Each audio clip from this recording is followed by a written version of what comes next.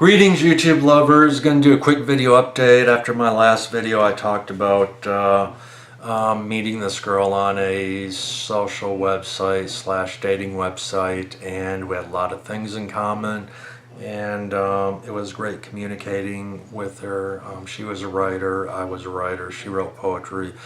I wrote poetry, and the conversation between us flowed really well. And then about a week and a half into it, there was like 2 days where I didn't hear from her, which was not normal. And so my fears of abandonment kicked in, and I basically told her, if you want to talk anymore, here's my email address. I closed out my account, and that was that. And that's kind of how I react to things. That's par for the course. And so a couple of days went by, and I get an email from her, and she explained what happened. I wrote her an email. I thought everything was going to be fine. About a day or two after that email, she wrote me and told me not to contact her anymore. Her reasoning was that in one of her emails she had brought up her cat having been diagnosed with cancer, and I didn't acknowledge it, and her pets are very important, and she thought I was self-involved and not to contact her. And I think people with borderline personality disorder, with our self-identity issues, I think we really doubt ourselves, and if our actions are valid or how we handled things are valid. And we really have to think about it, or at least I did. And so I wrote her back, and it was short. It wasn't mean or anything like that, but it was basically, I think you're unfair not giving me a chance to respond. If I didn't acknowledge your cat, for that I apologize. But I did show concern for you. You did have a doctor's appointment. I did acknowledge that. I did show concern. I did bring up your father, and I showed concern about that. So what she was stating was just incorrect. And I said, I'll go ahead and honor your request. I won't contact you anymore. And I really thought she would have contacted me because I thought her actions were a bit extreme. But I haven't heard from her, and that's normal in my life. When something too good happens, it ends. And I guess if there's any success in all of this, when I met her, everything started out great. I didn't idealize the situation. I didn't idealize her or the relationship. I was mindful of that. Took each day for what it was. I didn't manipulate it all, and with the exception of sending my final email to her, that was the end of it. It wasn't dragged on, it wasn't mean or anything like that. And I think my biggest failure was the fears of abandonment kicked in. So I did have some early success. What would have happened beyond that, I don't know. That would have been interesting to see. The problem that I have, if I didn't acknowledge the cat having cancer, and it's possible that I may have, I honestly don't remember, but if I said I'm sorry, it seems like there should be something that I should say in addition to that.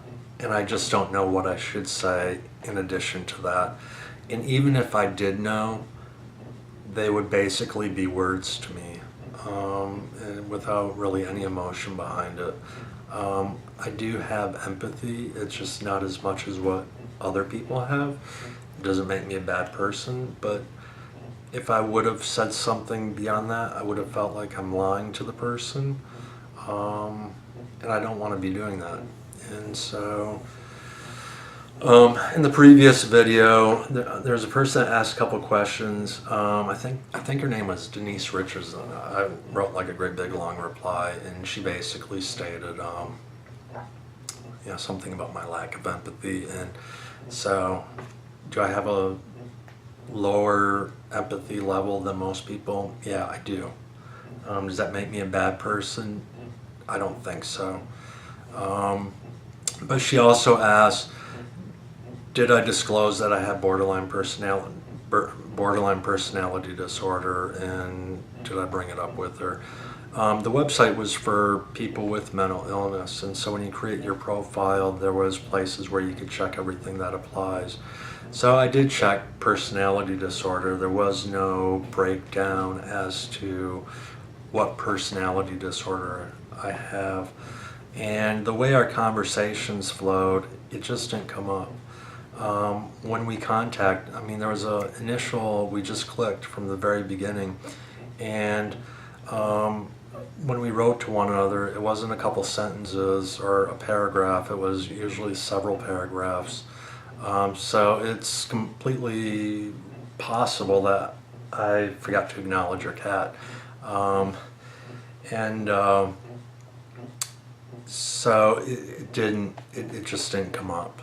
And I didn't find out, she didn't discuss her bipolar and how that affected her. And I think if there's one thing that I could do differently, that I would do differently next time, would be to bring up how borderline personality disorder affects me, to find out how their disorder affects them, just so we kind of know what's going on. So that was something that I learned. But I guess if there was any success, it was not idealizing the situation right away, not manipulating, and with the exception of my final email ending things, how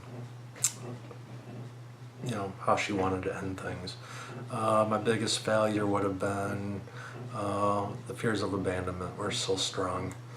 I would have liked to have seen the relationship, go on longer, 3, 4, 5 months, if not longer than that, just to see how everything would have progressed, and if I would have been mindful of, the idealization and been able to deal with situations as they came up. And unfortunately, I just didn't get the opportunity to see that. And I guess in the whole situation, it hurts. It's rare when you meet somebody that you really click with or seem to click with, and they're easy to talk to, and then they're gone. And that is how my life goes. So I think I pretty much covered everything. Everything I thought was going good, she ended it, and I'm alone again. So if you have any questions or comments, by all means leave them in the comment section. I will address them. Like, share, comment. Hopefully this video will get lots of views too. So till the next video, hopefully at some point I'll have some sort of good news to report, but as of right now I don't. So thanks for checking out the video.